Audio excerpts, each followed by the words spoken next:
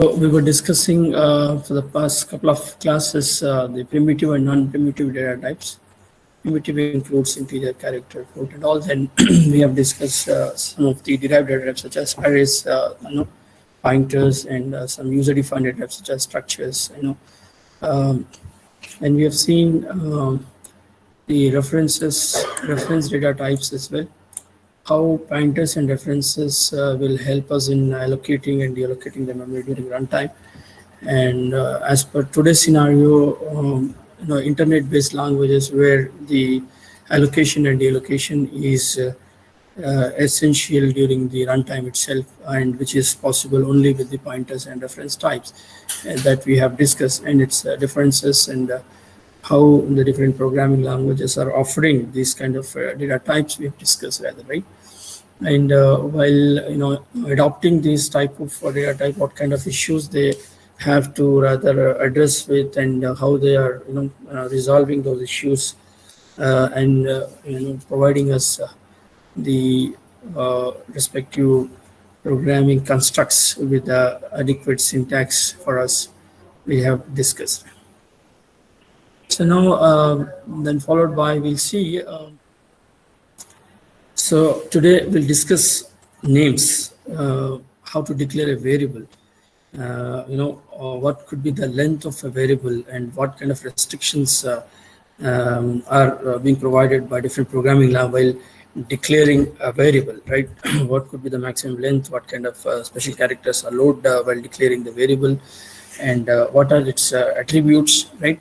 And then the binding, how the binding of variables with memory is going to be done, and at what time, and how the binding of operations is going to be done, and structures is going to be done. We'll discuss type checking, the checking of data types. If you are trying to add two different data types, are they going to be allowed?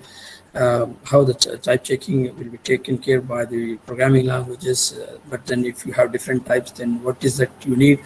Either you need some kind of type conversion, and also do we have implicit? We will have implicit and then probably explicit. So what kind of conversion mechanism does the programming language is offering for you? And strong typing, like for example Java and other programming language, where typing is going to be checked. Data type of the variables is going to be checked during the operation, and ensure that they have to be the same when performing on them. And type compatibility, of course, we'll discuss about when you are adding, if there are no two variables having the same kind of data type, then type compatibility issue comes. Then obviously go for type conversion. I have discussed in the last class about the scope and lifetime. These both terms will look more or like same, but then there is a major difference from the what do you call logical point of view that I have probably discussed in the last. Again, we'll have a glance over it. Then referencing environments. What are the different environments with the help of which you can probably get the memory allocated for your variables. You have heap, you have stack dynamic, heap dynamic, all these different kind of environments. We'll discuss about all this, okay, in this chapter. So as we have seen, imperative languages are the abstractions of one human architecture, because as we have discussed in the beginning classes, that the one human architecture will have laid the foundation for the subsequent architectures. And initially, all the imperative programming languages were being implemented for the one human architecture. And majorly it consists of memory and processes, right? We don't have the stored program concept. Of course, it has been followed in the subsequent time. Fine. This all we have discussed in the first class, right? Variables characterized by attributes, right? And what are the different attributes of the variables? We'll discuss about it. Fine. To design these variables, we must have to consider scope, lifetime, type checkability, all this. So what are the design issues associated with the names? If you see, what could be the maximum length of a particular name, variable name is allowed with? For example, in C language, you may have already worked with, you may have seen that a variable name cannot exceed more than 32 characters, right? Within the 32 character length, you can have a variable name. And but then are you allowed with some kind of delimiters? Okay, are you allowed with some kind of delimiters? Yes, of course. But then all special characters are not allowed. Uh, to be used as part of the name, rather, right? You can use underscore, right? You cannot use hyphen. Hyphen is being used as a minus operator also. That's the reason why minus hyphen is prevented from being used as a part of the name, rather, right? Our namespace is case sensitive, case sensitive, rather, right? So if you are declaring a variable with small lowercase and uppercase, both will be treated differently, rather, right? I have declared a variable int a. This is different from capital A, rather, right? So but there are certain languages who are not case sensitive. Fine. So this is all being basically taken care by the language designer while allowing users to have the variable names. Fine. Our special words or reserved words can be treated as names. Fine. There is a difference between reserved words and keywords, of course. We'll discuss about it in the subsequent slides, of course. Right. Like in C language, you say 32 keywords, and they are the only reserved words, right? Fine. Reserved words cannot be used as a variable. Okay. It means if I have, for example, how many reserved words you have in C language? You have auto, break, continue, do, for, int, while, switch, case, char, float, long, double, struct. These all, can I use int as a variable of integer? No, I can't use it, right? So that's what exactly. These are all the design issues, that have to be taken care by the program language designer while he is allowing the user to have the names to be declared for variables. Okay. Simple variable names, function names, structure names, array names, or class names, blah blah blah. Right. So length. What could be the length? If it is too short, if the name is too short, they cannot be connotative. Names while declaring, you try to make it more meaningful. By just looking at the name, one can understand that this is being used for what, rather, right? I just say A or B or C kind of thing. Instead of that, is, for example, I want to add marks of let us say programming language subject. Okay, and I just wanted to represent programming language subject marks. I can say PLM. If I use this, P stands for programming language marks, like that. Discrete structure marks. So instead of having simple just a name like M, I can have PLM or DSM. That will ensure the readability, rather, right? Readability is also one of the important criteria to evaluate the language that we have discussed in the earlier classes, right? So it should not be very short that one cannot be able to understand, right? And it cannot be too long as well, right? For example, if you see Fortran is allowing you how many character length? It is allowing you with maximum of 6 characters length, right? COBOL is allowing you with 30 character length. So you cannot have a name with more than 30 character, okay, in COBOL. Whereas in Fortran and ANSYS C, if you see, it is allowing you with maximum of 31 characters, okay. 31 characters of name you can have in C language. Ada and Java, there is no limit in Ada and Java, but that's significant. Okay, C++ also no limit, but implements often impose one. Fine. If the versions are varied, then probably it can be imposed rather by that particular designer who have given that particular perspective. There are certain languages who does not allow connectors. Fine. For example, Pascal, Modular 2, Fortran 77 and all. Right? Others do. Like, for example, in C, you can have a special character like underscore kind of thing. Case sensitivity, lower and upper case to be treated differently, then we say it is a case sensitive language, right? Both of them separately, but then in C language, the same keyword is said to be the reserved word. There is a difference between keyword and a reserved word. Keyword is a word that is special only in certain context, okay? For example, in Fortran, real, R capital, real. To declare floating point numbers, you use this, right? Real. But at the same time, you can use this real as a variable also, based on the context. Here, real equal to 3.4, you said, right? So a variable is initialized with a value. So this real is being treated as a variable, whereas this real is being treated as a keyword, okay? Fine. And it means the keywords can be a variable also, like in Fortran language. But whereas in C language, if you see, keywords are said to be the reserved words. What is a reserved word? Reserved word is a special word that cannot be used as a user-defined name. So the C language keywords that you have about 32 keywords, they are said to be reserved words also, because they cannot be used as variable, as your defined variable rather, right? A variable is an abstraction of a memory cell, we can say. Basically, most of the time when I was, trying to, explain you certain programs, or when I've declared some variable, then when execution happens, what happens first when a variable is declared, as I said in C or C++, some memory is going to be allocated for that, rather, right?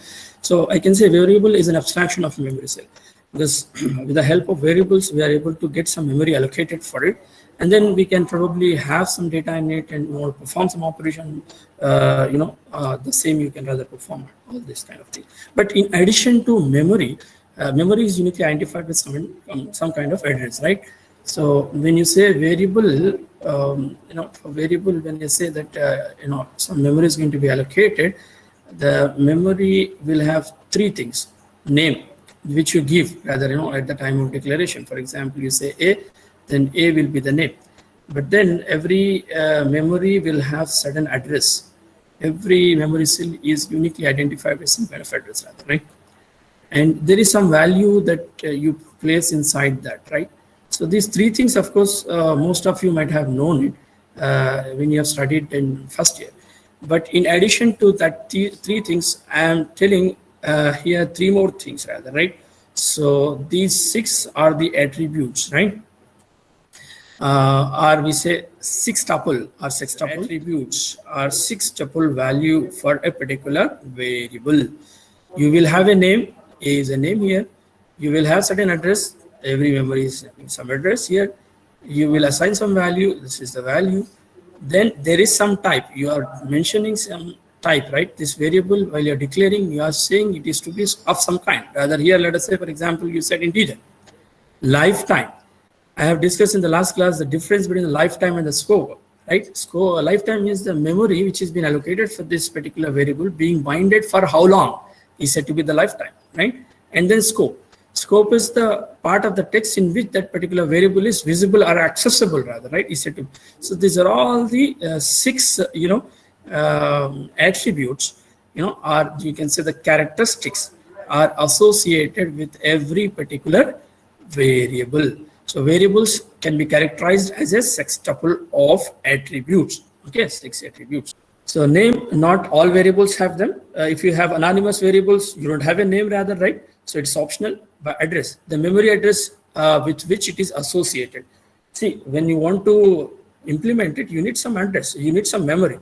When you have some memory, then there is address, rather, right? So a variable may have different addresses at different times during the execution. As I told you that when you are when you're having the multiple, task execution, then the memory which has been allocated for your variable is not going to be for lifetime, right? It may be changed after a while, right? But then you will be associated with the memory. You will be given the memory whenever, as and when you require to perform certain operation on that, rather, right? These are some of the what do you call characteristics associated with a particular address attribute. A variable may have different addresses at different times. It means you may not have the same memory over the same execution at all the times, rather, right? A variable may have different addresses at different places in program. So a variable may have different addresses. Okay, when it is available at the different places, then address is going to be varied. If two variables names can be used to access the same memory location, they are said to be aliases. This alias concept we have seen in the last class, right? So you can have aliasing concept as well, rather, right? You will have when two or more variables are pointing to the same memory location. With the help of pointers and references, you can always do that rather, right? You can have aliases, right? You can create aliases with the help of references and pointers. Aliases are created via pointers and reference variable in C and C++. Aliases are harmful to readability because sometimes what happens if someone is using and making some certain changes, the other is unaware of the same, then probably consistency will be lost rather, right? Type attribute of variable. Type determines the range of values of the variables and the set of operations that are defined for values of that type. In the case of floating type, for example, type also determines the precision, right? For example, in C, if you have integer, if you have declared the variable as integer, then you know that how many bytes that the integer occupies and the value that it can hold it rather, right? Minus 32,768 to plus 32,767. You know the range. Similarly, floating point, if you probably mentioned, then you will have the precision in the sense how many digits you can have after the decimal rather, right? So these are all will be known to the system. And value attribute. The content of the location, the value which you place, the value which you assign to the variable will be available in the memory. It is nothing but the content of the location, right? Which is the variable, which the variable is associated with is said to be the value rather, right? The abstract memory cell, the physical cell or the collection of cell associated with that particular variable is said to be abstract memory cell. For example, in case of integer only, you said 2 bytes. But then we will be identifying it with the help of its first byte itself rather, right? But then there is another byte associated with it rather, right? I always say, for example, integer A, when you declare, we are saying that 2 bytes of memory been allocated for A. First byte address is, let us say, 100, then the subsequent byte is going to be 101. But then while referring this particular memory, this entire memory, fine, we will be referring it with the help of base address or the first byte address rather, right? So this entire thing is said to be abstract memory cell rather, right? A plus, let us say 2 you have. You are having same A on the left hand side and the right hand side. But this is said to be the L value, this is said to be the R value of A, right? Another point. So R value always, represent the value. If you have some value in A, let us say 2, so the R value, right side value, right, will always access what? The value. Value is 2 here. L value means left side. Left side is this one, right? So L value of the variable will refer the memory. Will refer the memory. Fine. A variable is its address. You will refer the memory. To a variable once in Fortran 77 or for C static variables will be retained until the entire execution. That's the reason why the time at which this binding will take place is at the load time rather, right? And you have runtime binding for non-static variables, right? If you are trying to allocate it during the runtime, fine, with the help of heap dynamic and all kind of thing, right? So that is going to be done during the runtime. So these are the possible binding times. Static and dynamic binding. The binding is static, you say, if it first occurs before runtime and remains unchanged throughout the program execution. Fine. So binding is going to be done before runtime. It means during load time, or it could be during compile time, right? And then it is unchanged until the entire execution. Then you say it is a static binding. Okay, static variables or Fortran 77 variables comes under static binding, and there are certain variables, which are being binded with during compile time and unchanged for the entire execution, also said to be the static binding. The binding is dynamic if it first occurs during the execution or can change during the execution of the program. Like for example, heap dynamic, fine, heap dynamic variables, which you generally get it allocated through, what you call pointers or references rather, right? Pointers are references. They will be get binded during the runtime, and again they can change also, right? Because when you deallocate, it will be the memory being binded to it will be released, and then again if you allocating it, then a new memory is going to be rather created for the same rather. Type binding. How is a type specified? Has to be taken care by the program language designer. When does the binding takes place? From the type point of view. If static, the type may be specified by either an explicit or an implicit declaration. Has to be clear rather, right? In certain languages like Fortran, you don't specify. The type is going to be identified during the load time instead of being identified during the compile time. Or in C, C++, if you see, the type is going to be identified during the compile. Explicit or implicit declaration. An explicit declaration is a program statement used for declaring the types of variables. Of course, C, C++, Java make use of this explicit declaration. An implicit declaration is a default mechanism for specifying type of variables, the first appearance of the variable in the program. Like in Fortran, it happens, right? You need to declare the type. Straight away initialize the variable. For example, I said a equal to 2. I don't mention. Even in Python, you don't specify the type. You can straight away start initializing a variable. So the first initialization to the particular variable will notify the type of that particular variable, and it will be retained for the entire execution, rather, right? So that is said to be the implicit declaration. Explicit is you're specifying it clearly. For example, in C, all the variable declaration must have to be made before they are going to be rather used or initialized, right? This is a condition in C. These are the types of declaring the variables from different language point of view. As I said, Fortran, PL/1, Basic, Perl, Python, these all will follow with implicit declaration, initializing a variable. And when you have initialized it for the first time, based on that initialization, the variable is going to be identified with that respective type. Okay. Like JavaScript and PHP, hypertext preprocessor will take care of this dynamic type binding, which is going to be specified through an assignment statement. You are declaring a list of elements here, you can see, to a list. So this is going to be identified as a list.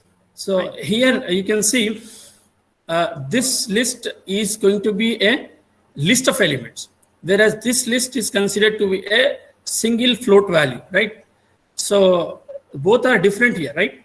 Both are given the same name, list, but then this list, while initializing the type of values that you have initialized, based on that, the data type, if this kind of facility could have been rather provided by Java, would have been rather difficult, right? Type is going to be identified from the context of the reference. Okay, like for example in ML, meta language or Miranda and Haskell and all kind of thing, where instead of being identified through the assignment, they will be identified with the help of the context of the reference. Okay, probably we'll see when we go with these kind of languages to be discussed in Unit 5.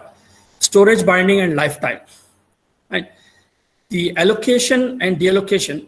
Okay, allocation here, the lifetime of a variable is the time during which it is bound to a particular memory cell, right?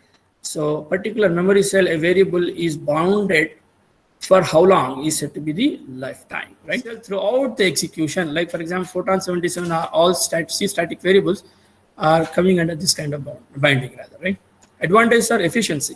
As I said, one advantage of using static variable is maintaining the counters, hit counters of your website or YouTube and all, right? Where that value has to be carry forwarded from where it was left rather, right? So if I do not have it as a static variable and it refresh every time, then value will be, I always start from 0. You'll get only 1 rather, right? So the memory has to be the same for the entire execution for such kind of scenarios, right? So these are helpful in such kind of applications rather, right? But then disadvantage is you cannot perform recursion. In recursion, what happens? What do you mean by recursion? When you are, for example, calling the same function within itself by changing the arguments. So argument value must have to change, and then it should lead to a certain condition wherein you will be returning from the function. If let us say the value will not be changed, or if it is not, it's going to be the same, the memory will be the same, then you may not able to come out of it rather, right? That is a disadvantage. Memory will be allocated from stack or from heap. Okay. If the memory is getting allocated from the stack, then you say stack variables, stack dynamic variables also. If the memory is allocated for a variables from heap, then you say it is heap or heap dynamic variables rather, right? So like in case of dynamic memory allocation and deallocation rather, right? The memory will be allocated and deallocated during the runtime. In such cases, the memory will be allocated from heap only, right? They're all heap dynamic, with heap dynamic lifetime approach rather, right? For example, you have some variables declared for which the memory been allocated either at compile time or at load time. Then probably such kind of variables lifetime is you see that they are the stack dynamic, right? The storage bindings are created for the variables when the declaration statements are elaborated, like in case of C in A. Then what happens immediately during the compile time? So this memory will be allocated, right? And this is going to be created from the stack. If scalar, all attributes except address are statically bound, fine. Like local variables in C program and Java methods, right? In functions, in C functions, you will have certain variables, right? And they are bound to that particular scope. Let's say this is some function called add, and you have main function followed by it, right? This is your main function. So this main function is calling this add function. So you have some variables inside the function, right, which are said to be the local variables. Fine. So for this functions local variables, memory will be allocated only upon invocation of this function, not just during the compile time. Fine. Explicit heap dynamic, allocated and deallocated by explicit directives.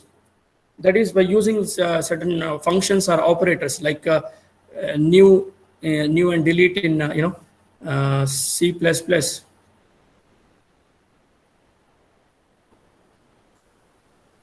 Or malloc and free in C. Fine. So if you are trying to explicitly create during the runtime, then you say explicit heap dynamic. Okay. This can be referenced only through the pointers and the references. How can you refer that memory which has been allocated during the runtime from heap? They can be referenced through the pointers or references only.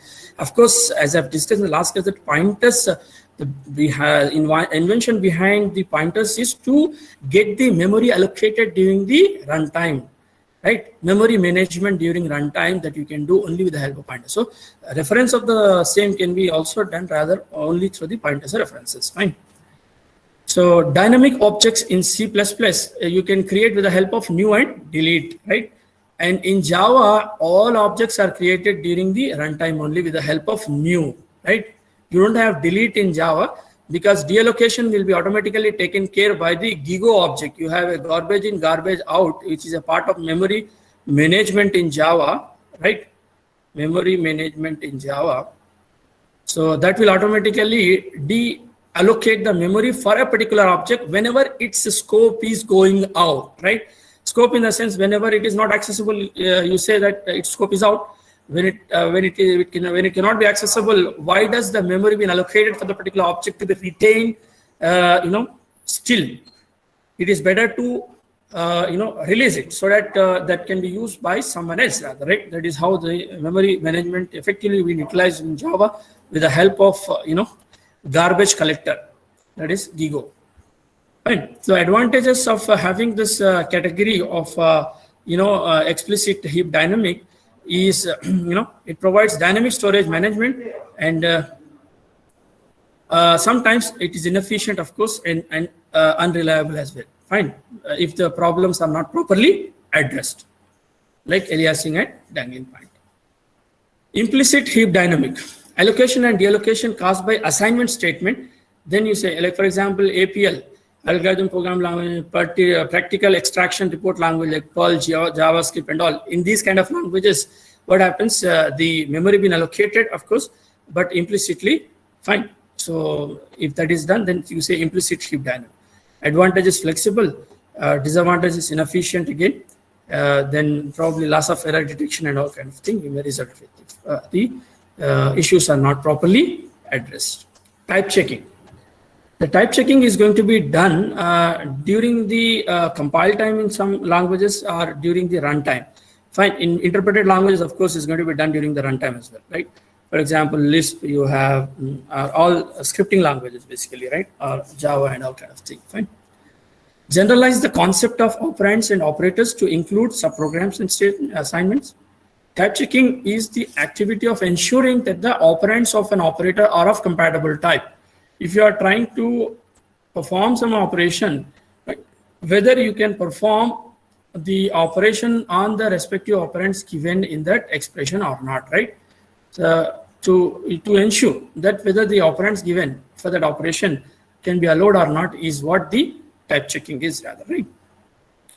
A compatible type is one that is either legal for the operator or is allowed under language rules to be implicitly converted by compiler generated code to a legal type. Like in C, you have a type coercion. For example, I have A is integer and I have B is float, right?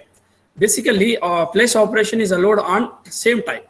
But if I am giving left operand as an integer and right operand as a float, then one must have to be converted, right? But then higher to lower is possible, not lower to higher, right? So this B will be converted into integer, fine, and then will be added with A, fine. So this is going to be done implicitly. So we say it is type coercion. In C language, the compiler will take care of it rather, right? So B will be converted into integer. But in few languages like interpreted, right, where you don't have the type checking available at the compile time and the compiler doesn't take care of these all things, and that has to be taken care, during the runtime. So unless you have a programming statement that cannot be taken care, it means you need to write explicitly to take care of the same. Fine. So in such situation, what do? You will say it is strongly type programming language.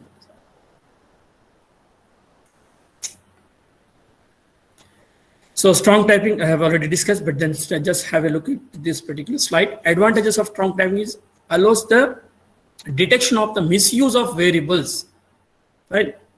Allows the misuse of variables that results in type errors. Language example, Fortran 77 is not, right? Pascal is not. C and C++ also, they are not strongly typed. Ada is almost, right? Java is, as I said, right, is of course strongly typed.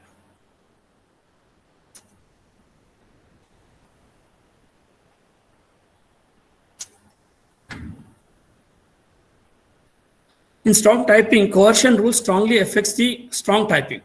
They can weaken it considerably. Although Java has first half the assignment coercion of C++, its strong typing is still far less effective than that of Ada. When you compare it with Ada, fine, it is less effective than compared to Ada. Yes. Name type compatibility means the two variables have compatible types, right? The two variables must be of the same type, right? Then you say they are compatible to go for that particular respective operation.